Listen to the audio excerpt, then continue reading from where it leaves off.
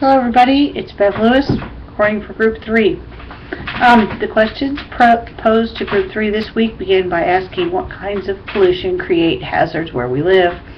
I believe that this article is speaking mostly about industrial toxins, which infiltrate the air we breathe, the food we eat, and the water we drink. These pollutants range from lead paint to nuclear waste and leach into every aspect of our existence, affecting every person, but in various degrees of concentration. Which leads to the next question posed to our group: why are these pollutants different for some demographic groups? There are several reasons for the different types and levels of pollutants affecting people that live in different areas and different groups of people. But there also seems to be one commonality, and this is the fact that the highest concentrations of environmental toxins exist in areas where people live that have the least amount of financial power or economic advantage. In other words, it's the poorest people that are the hardest hit. They tend to work the jobs that expose them to the toxins and live in communities that are most significantly affected by irresponsible legislation, lack of or unenforced regulation, and unethical environmental practices used by businesses and industry.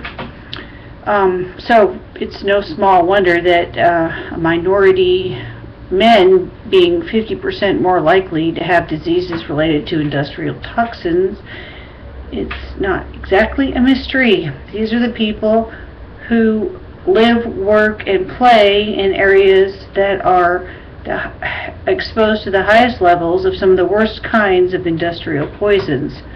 They simply never get a break from it.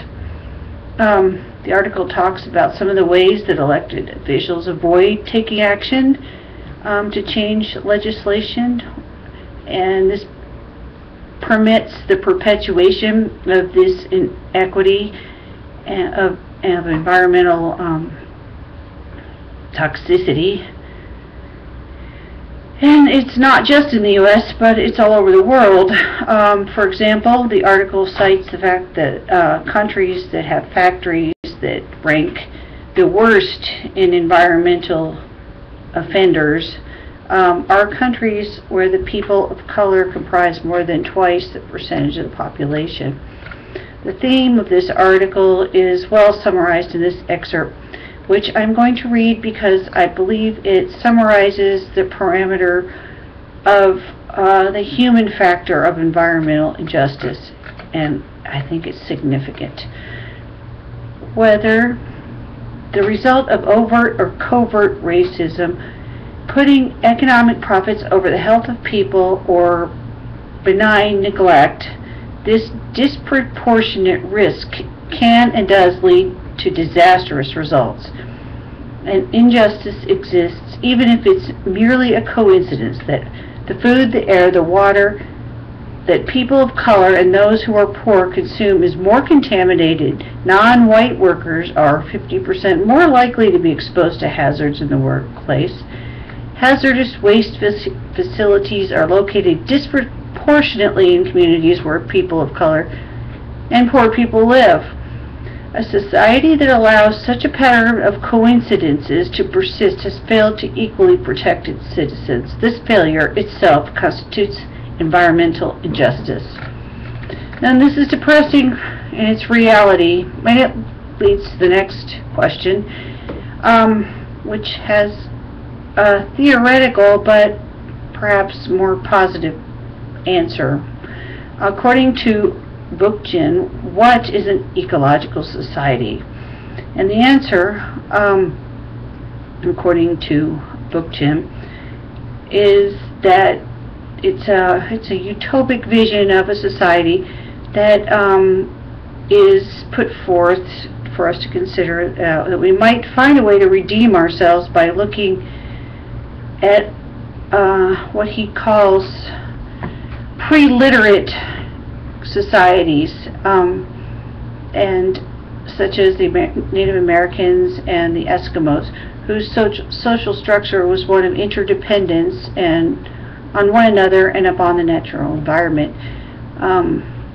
Bookchin's his model is called an ecological society, and to me it's a utopic social structure that rings of libertarian idealism, or perhaps the best interpretation of Marxism at its highest level. I think it's best summarized by this little excerpt. The hierarchy, in effect, would be replaced by interdependence, that being government.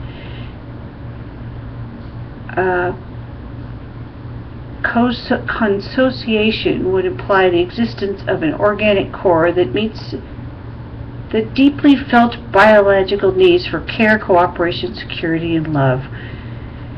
Freedom would no longer be placed in opposition to nature, individuality to society, choice to necessity, or personality to the needs of social coherence. So essentially, we're going to do away with the duality that exists and work together. What a great idea.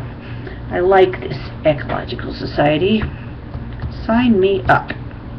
That's it for week 3. Have a nice day.